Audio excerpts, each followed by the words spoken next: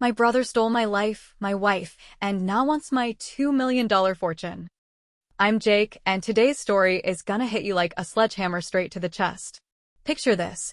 I'm sitting in a grimy diner off Route 9, the neon sign flickering outside, staring down my brother Caleb. He's got grease stains on his shirt, a stack of fake legal papers in his shaky hands, and he's begging me, tears in his eyes, to hand over half of our parents' $2 million estate. This is the same guy who turned my childhood into a living nightmare, slept with my wife Lisa, and, get this, turned out to be the real father of my son Ethan, a kid I raised for years thinking he was mine. 5 minutes ago, I leaned across that sticky table, looked him dead in the eye, and laughed cold, sharp, right in his face. "You're dead to me, Caleb," I said, and walked out, leaving him sniffling into his cold fries. How did we get here?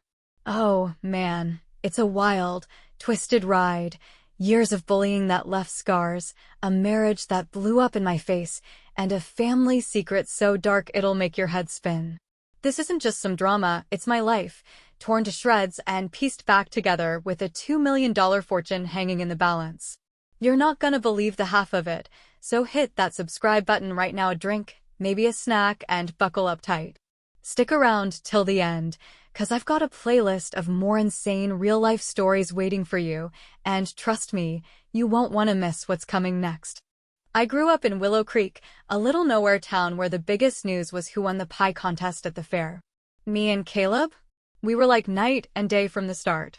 I was the quiet kid, skinny as a rail, thick glasses sliding down my nose, always doodling spaceships or robots in my spiral notebooks. I'd hide out under my blankets with a flashlight reading sci-fi, till my eyes burned, stuff like Dune or Star Wars novels, dreaming of escaping to some galaxy far, far away. Caleb, though? He was the golden boy, tall even at 10, loud as a bullhorn, and Mom's whole world. She treated him like he'd hung the moon. Every Friday night, she'd bake him chocolate chip cookies, warm, gooey, the kitchen smelling like heaven, while I'd dig through the pantry for stale saltines or a half-empty jar of peanut butter. His birthdays were these huge blowouts, bounce houses in the backyard, a clown twisting balloons, all the neighborhood kids cheering him on. Mine? If I was lucky, I'd get a lopsided cake from the grocery store, the kind with frosting so hard it cracked, and a quick, "Happy birthday, Jake," mumbled over cold leftovers. Mom's favoritism wasn't subtle, it was a neon sign. She'd spend hours cooking his favorite spaghetti, extra sauce, extra meatballs, plated up like a king, while I'd get stuck with whatever was left, usually a burnt edge or some soggy noodles. She'd wash his Little League jerseys by hand, scrubbing till they sparkled, then iron them flat, but when my jeans ripped climbing the oak tree out back, she'd toss me a needle and thread. "You're smart, Jake. Figure it out." I was 8, y'all, 8 years old, sitting on my bed, pricking my fingers till they bled, while Caleb sprawled on the couch, smirking like he owned the place. She even made me do his homework, shoved his math book at me, pencil mark smudged, and said, "He's got practice, you're good at this stuff." I'd sit there till midnight, chewing my pencil to splinters, grinding through fractions and word problems while he blasted Super Mario in the next room, sound effects echoing down the hall. Never got a thanks, Jake, just that smug little grin when he handed it in and took the A. I didn't whine, though. I'd always been the kid who figured it out on his own. Fixed my own bike when the chain snapped, patched my own shoes when the soles wore through. Maybe that's why they leaned on me so hard. I didn't push back, didn't make a fuss. Looking back, that was my first mistake, made it too easy for them to walk all over me. Caleb? He wouldn't lift a finger unless it was to grab something he wanted. "Gimme your lunch money, Jake," he'd say, snatching my crumpled dollar before I could even unclench my fist. If I said no, he'd turn it into a war. It started small, little jabs at my height, calling me short stack, 'cause I didn't hit my growth spurt, till later, or bug eyes, 'cause of my chunky glasses. Then it got meaner. One day, I'd been scribbling in my diary, nothing fancy, just a beat-up notebook where I'd write dumb kid stuff like, "I hate gym class," or Wish I had a dog like Tommy's. Caleb nabbed it right off my desk, bolted to Mom, and started reading it out loud, cackling like a hyena. Listen to this. I hate Caleb. He's the worst. Boo-hoo. Jakey's gonna cry. I lunged at him, face burning, yelling, "That's private. Give it back." Mom just giggled from the kitchen. "Oh, it's just teasing, Jake. Lighten up." Teasing? It felt like he'd ripped my guts out and danced on M. Then it got darker. One morning, I poured my cornflakes, my one treat, the only thing I'd splurge my chore cash on, and heard a clink. 3 little pebbles rattled around in the bowl. I could have busted a tooth if I hadn't caught it. Spit, M out on the table, heart racing. I stormed to Mom, bowl in hand, and pointed, "Look at this." She glanced over, wiping her hands on her apron, and waved it off. "Caleb's just playing around. That's how boys bond." Bond? That's sabotage, lady. I could have choked. Another time, I'd saved up for a bike. Red, shiny, my pride and joy. Rode it once around the block before Caleb borrowed it, raced it down a hill, and crashed it into a ditch. Came back with the frame bent, tires flat, and told Mom I'd done it myself. She bought it, grounded me for a week, no questions asked. "You should have been more careful, Jake," she said, while Caleb snickered behind her. School was a battlefield. We went to Willow Creek Middle, and Caleb knew every punk who had it out for me. Ricky, this wiry little creep who'd trip me in the hall till I'd sprawl flat, and Nate, who'd flick spitballs at my head during math till my notebook was a soggy mess. Did Caleb have my back? Nope, he piled on. "Hey, hairy ape," he'd yell, egging them on while they shoved me into lockers or dumped my backpack in the trash. I'd trudge home, knees scuffed, shirt torn, and Mom'd sigh, "What did you do to set them off this time, Jake?" "Nothing. I was just trying to make it through the day without breaking." I had one escape, Tommy, my neighbor buddy. He was this goofy kid with a gap-toothed grin, always dragging me to his garage to build Lego forts or trade comics. We'd spend hours piecing together spaceships, laughing till our sides hurt. Caleb hated it, couldn't stand me having something he didn't control. One day, he cornered Tommy by the swings and told him I'd called him a dumb baby behind his back. Total lie. Tommy wouldn't look at me for a month, till I begged him to hear me out, tears in my eyes. Caleb just grinned. Another win for him. When it got too loud, I'd sneak off to the woods behind our house. Found this big oak tree, gnarled branches, mossy roots, a little creek gurgling nearby. I'd drag sticks and twine out there, built a shaky fort, my safe spot. One night, a storm rolled in, wind howling, rain pelting, and I huddled inside, soaked to the bone, but it was mine. Caleb never found it, too lazy to hike past the backyard. That little hideout kept me sane when he'd ramp it up, like the time he stared me down after some stupid fight over a toy and said, "Why don't you just off yourself, Jake?" I was 12, already drowning in my head, and those words from my own brother? They cut deeper than a knife. I've patched myself up since, but that scar, it's still there, etched in me like a tattoo. High school hit, and Caleb turned into a straight-up monster. One afternoon, we're in the garage, me hunched over my bike, tightening the chain with a rusty wrench, him messing around with Dad's toolbox like he owned it. Out of nowhere, he grabs a lighter off the shelf, cheap plastic thing, red, the kind you'd get at a gas station. He flicks it on, smirking, and holds the flame right up to my hair.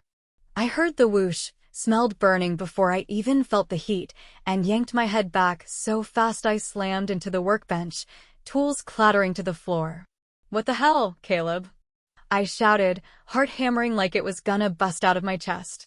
He doubled over laughing, laughed, till he was red in the face, like it was the funniest damn thing he'd ever seen.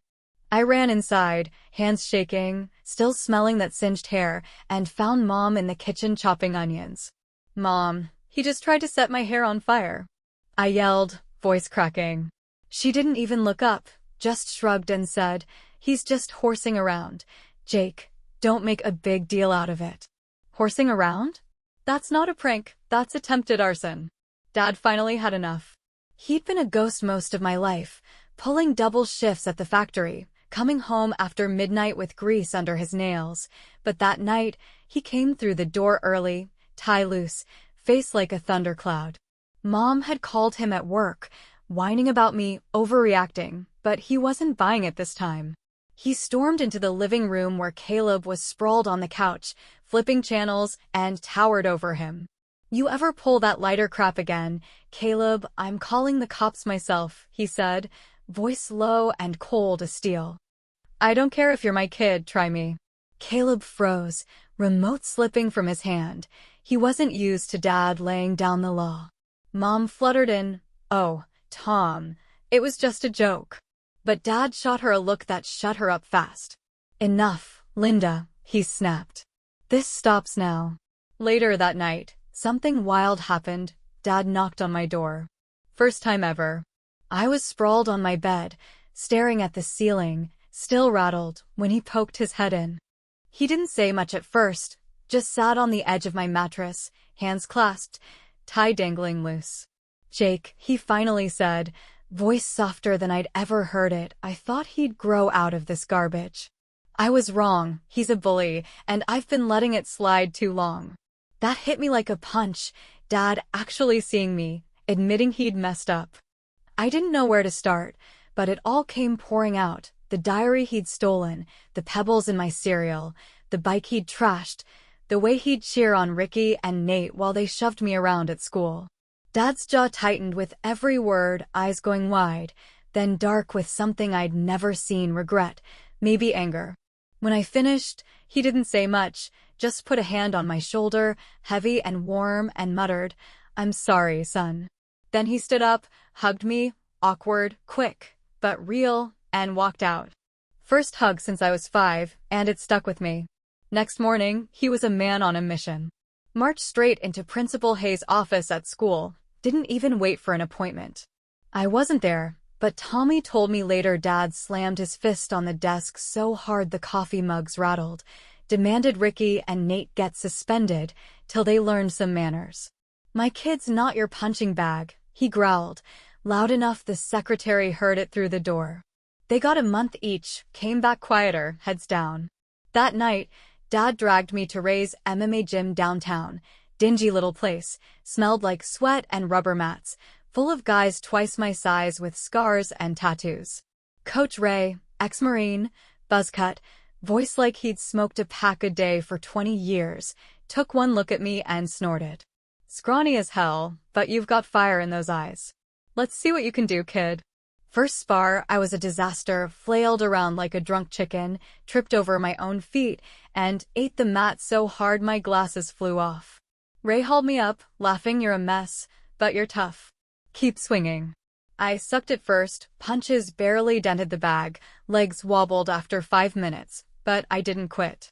School all day, training till dark, rinse and repeat. 6 months in, I sparred this guy, Tommy, not my buddy, some loudmouth with Caleb's attitude, big, broad, all swagger. I ducked his wild haymaker, popped a jab right to his nose, crack, blood trickled. He blinked at me like I'd grown a second head. Ray clapped me on the back, "That's it, Jake, fight back." Then came the showdown that changed everything. I'd been saving up chore cash, mowing lawns, shoveling snow, raking leaves, for a beat-up Honda I'd seen in the classifieds. Took me a year, $250 stuffed in an old coffee tin under my bed. One Saturday, I caught Caleb sneaking out with his crew, Ricky and this new punk, Dylan, all leather jackets and sneers, my tin clutched in his grubby hand. I blocked the door, heart pounding.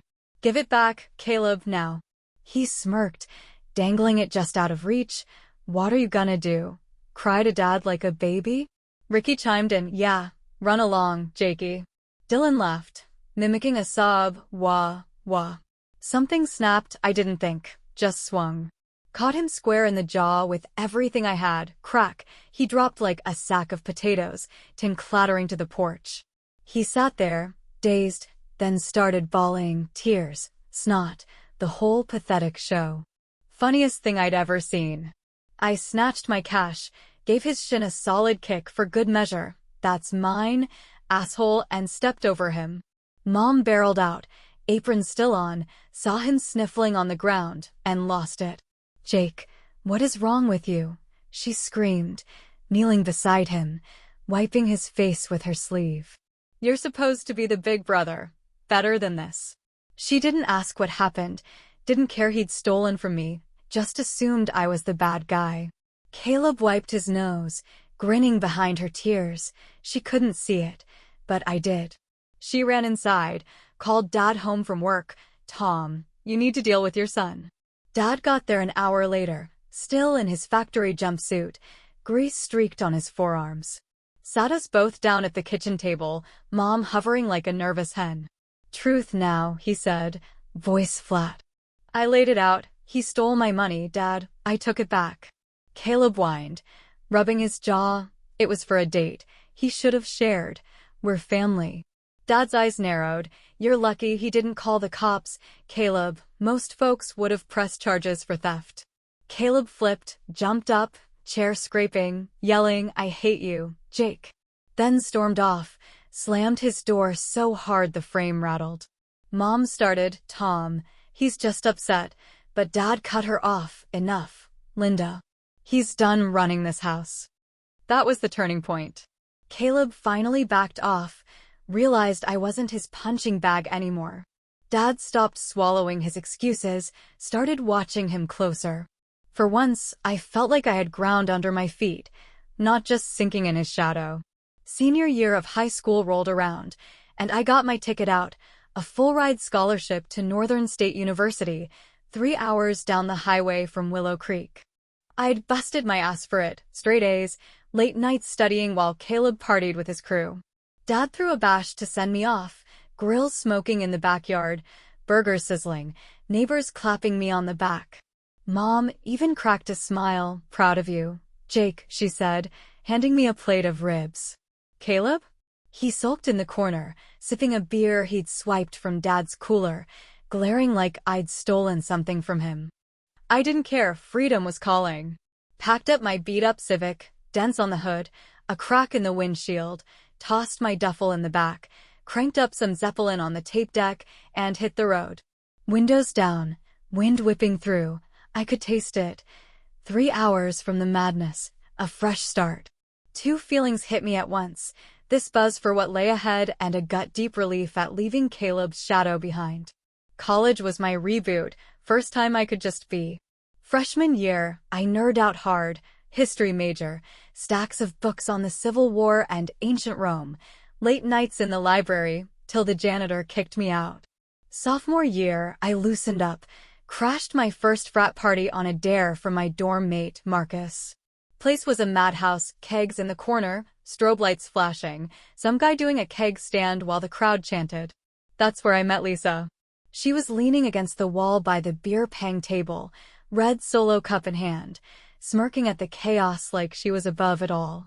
Our eyes locked, and she grinned, confident, sharp, magnetic. I stumbled over, half drunk on cheap beer and nerves, and blurted, "You look like you're judging this whole mess." She laughed, voice low and warm. "I am." "You." "Same," I shot back, "but the beer's worse than the people." We hit it off right there, talked till 2 a.m., her stealing my fries when we grabbed late-night tacos at this dive off campus, me pretending to care. Lisa was fire, funny, wild, always dragging me into something crazy. First real date, she hauled me 2 hours to this rocky beach, middle of nowhere, waves crashing, moon hanging low. She stripped down and jumped in, skinny dipping while I stood there blushing, jeans rolled up, too chicken to follow. We'd sneak into old campus buildings after hours, kissing in dusty stairwells, or sprawl out on the quad at night, staring at the stars while she told me about her big dreams, marketing gigs, traveling the world. Marcus pulled me aside once, early on. "She's flirty, Jake, watch her." Caught her winking at some guy in psych class. I brushed it off. "She's just friendly, man, chill." She was mine? Why would I doubt her? Things moved fast. Junior year, she had a pregnancy scare, thought she was late, freaked us both out, till the test came back negative.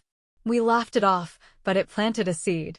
Senior year, it wasn't a scare, it was real. We're in her tiny apartment, rain tapping the window, and she sits me down, hands trembling. "Jake, I'm pregnant," she whispers, eyes locked on mine. Old school panic hit me hard. My folks raised me on marriage first, then kids, but I didn't flinch. "Okay," I said, grabbing her hand. "We'll figure it out."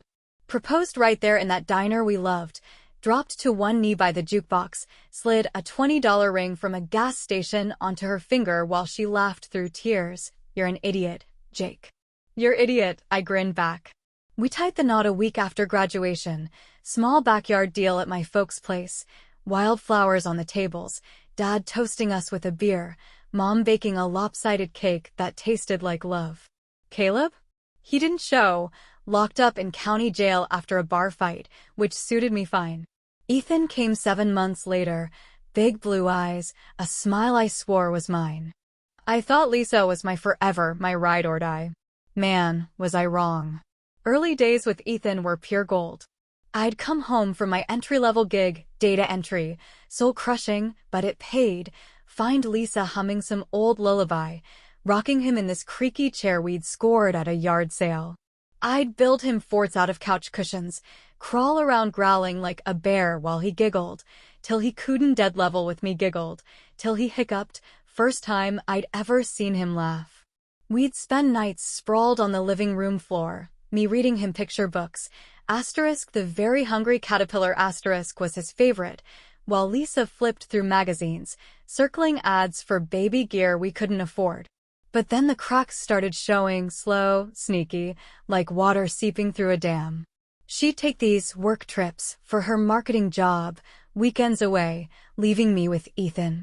Client meetings, she'd say, breezy, kissing my cheek before she left.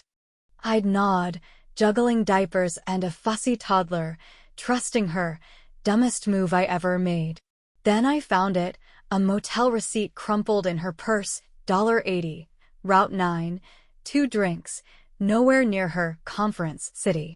My gut twisted, but I shoved it down, told myself it was nothing. Should have listened to Marcus. Caleb drifted back into our lives 3 years into the marriage, 4th of July reunion at my folks' place. Mom begged him to come. "He's changed, Jake. Give him a chance." I didn't buy it, but I went, for Dad, for Ethan, who was toddling around, chasing fireflies. Backyard was buzzing, grills smoking, fireworks popping, kids running wild. Lisa was there, dolled up, red sundress, hair loose, laughing too loud at Caleb's dumb jokes. I caught it late, way too late. Some neighbor, Mrs. Carter, pulled Dad aside, whispered something that made his face go stone cold. Later, he cornered me by the cooler, heard a rumor, son, Caleb and Lisa, cozy at a bar downtown last month. I laughed it off. She hates him, Dad, no way. But that night I saw it, her leaning in close, brushing his arm, him smirking like he'd won something. Next week, I'm doing laundry, Ethan's tiny socks, my work shirts, when I fish a receipt out of her jeans pocket. Route 9 motel again, $90, 2 drinks, timestamp from a work trip, 2 weeks back. My hands shook, gut screaming now. Found more clues after that cologne on her scarf, not her usual floral stuff, late night calls she'd take outside, whispering, till she hung up fast. Marcus called one night, saw her, Jake, downtown bar, Caleb's arm around her. Swear it. I snapped, she's not like that, man. But doubt was clawing me open. Confronted her Friday night, Ethan asleep, dishes stacked in the sink. I held up the receipt, voice steady. "What's this, Lisa?" She froze, eyes darting, then crumpled. "It's not what you think." But it was, oh, it was. She broke down, sobbing. "It's been years, Jake, since college, off and on with him." I stood there, numb, while she spilled it, hotel hookups, fake trips, lies stacked so high I couldn't breathe. "Why me?" I finally asked, voice cracking. Her answer gutted me. "You're safe, Jake. I didn't want to be the bad guy. You're steady, a good dad, I needed that." Selfish, cold, I felt like a prop in her damn play. Didn't yell, didn't scream, just looked at her, dead-eyed, and said, "I'm done." Packed a duffel, jeans, toothbrush, Ethan's stuffed dinosaur, 'cause I couldn't leave it. She grabbed my arm. We can fix this for Ethan. I pulled away. He might not even be mine. That broke her, screamed I was heartless, but I was past caring. Paternity test came a week later, Ethan's Caleb's. I'd poured my soul into that kid, taught him to say, Dada, sing him, sweet child, oh mine, till he dozed off, only to find out he wasn't mine. Crashed at a motel, cried, till my throat burned, wrecked, hollowed out. Next day, I rolled up to my folks' place, spilled every filthy detail. Mom leapt to Caleb's defense. He's your brother, Jake. Predictable as sunrise. I cut her off. Zip it, dialed him, put it on speaker. Fess up, Caleb, one shot. He played dumb. What are you talking about? Till I said, Lisa told me everything. He folded fast, blamed her. She came on to me, man. Then dropped the line that cooked him. Ain't my fault dames pick me over you. Dad's face turned to granite. Guy don't talk much, but when he did, it was ice. Caleb, he said, slow and steady, you didn't just screw your brother. You stabbed this family in the back. Banged his wife, kept it going after they tied the knot. I'm done with you. Bam. Just like that, Dad sliced him out. No more college cash, no handouts, nothing. Mom tried, Tom, he's our boy. But Dad stood like a wall, not anymore. Mom shuffled over later, eyes wet. I'm sorry, Jake hugged me, first time since I was a kid. Dad hooked me up with a lawyer, sharp guy, cutthroat, and I filed for divorce.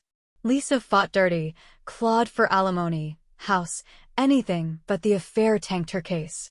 Test proved Ethan's lineage. I got free, nabbed a loft downtown, bare walls, single bed, quiet. First taste of solo life since my 20s, took some getting used to, but peace settled in, slow and steady.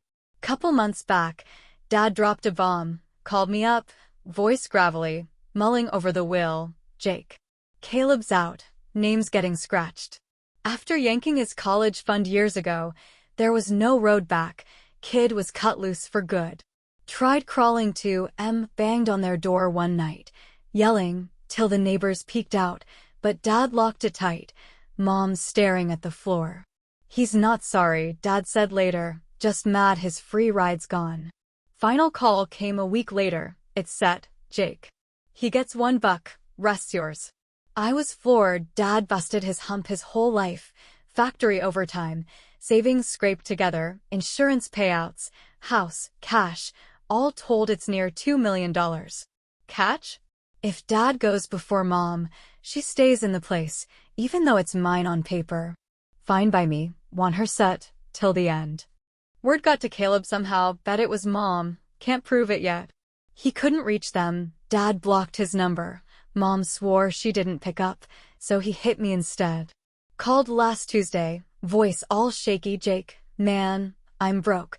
Lisa's hounding me for child support now. Ethan's officially mine. Can't even land a part-time gig at the gas station. Pleaded like a kid caught stealing cookies. Talked to Mom and Dad. Get me back in, I'm drowning. I laughed right in his ear, couldn't help it. I'm tapped out, Caleb, I said, voice flat. If you'd thought twice before banging my wife and knocking her up, you wouldn't be in this hole. He tried pinning it on her. She's crazy. Man, her fault. I cut in, nodded along, sure, then ditched her. She's your mess now, not mine. He got loud, started yelling, you owe me, Jake. That money's half mine. But I shut it down fast. You ain't the golden boy no more, you're the outcast, the brother who knifed his own kin. Deal with it. That's when he cracked, bawling, voice breaking. The whole family's turned on me, cousins, aunts, uncles, everybody. Guess what? He wasn't lying. Heard from Aunt Clara last month he'd tried crashing her Easter brunch. Got the door slammed in his face. Not my circus, not my monkeys, I laid concurrent modification exception it out. We're through, Caleb. Don't call, don't text, don't even breathe my way again. Far as I'm concerned, you're no brother of mine. Hung up, blocked him, done. But it stuck with me, hated his guts, no question, but hearing him grovel like that? Stung a little, won't lie. Next day, sorting mail, bills, junk, when this thick envelope lands in my lap, no return address, just my name scrawled in block letters. Rip it open, legal notice, 5 pages of garbage claiming I wrongfully inherited the estate that Caleb's entitled to half, says Dad was coerced. Some sleazy lawyer's signature, Victor Grayson, 30-day deadline or see you in court. Stomach dropped. This wasn't just whining. This was war. Called Tina, my PI buddy from the divorce days, left a voicemail, need you, urgent. She's back in 48 hours, barging into my loft with coffee and a grin. Your brother's a moron, Jake. This is a scam. Grayson's a disbarred hack, works out of a strip mall. Docs are forged, IP trails, timestamps. Got a photo of Caleb meeting him at a dive bar. He's banking on you folding, 'cause you're nice. Showed me the shot, grainy, Caleb hunched over a beer, Grayson in a cheap suit. He's desperate, broke, dumb, and out of moves, she said. Pissed me off, but damn if I wasn't a little impressed. He's still got nerve. Tracked him down Friday night, Route 9 diner. Same spot Lisa used to sneak to, neon flickering outside. He's there, scarfing a burger, grease on his chin, eyes darting like a cornered rat. Slide into the booth, drop the envelope, explain this. He jumps, burger slipping, Jake. I didn't mean, cut him off, you're suing me? For Dad's money? After everything? He stammers, I'm drowning, man. Lisa's bleeding me dry. Child support. Rent. I got nothing. That estate's mine too. Lean in, voice low. You lost that when you screwed my wife, Caleb. This is fraud. Tina's got you cold. Grayson's a fraud, and you're going down with him. He panics, sweat beading, hands shaking. Please, talk to Mom. Dad, get M to give me something, I'll drop it, swear. Laugh again, cold, sharp. You think they'll touch you after this?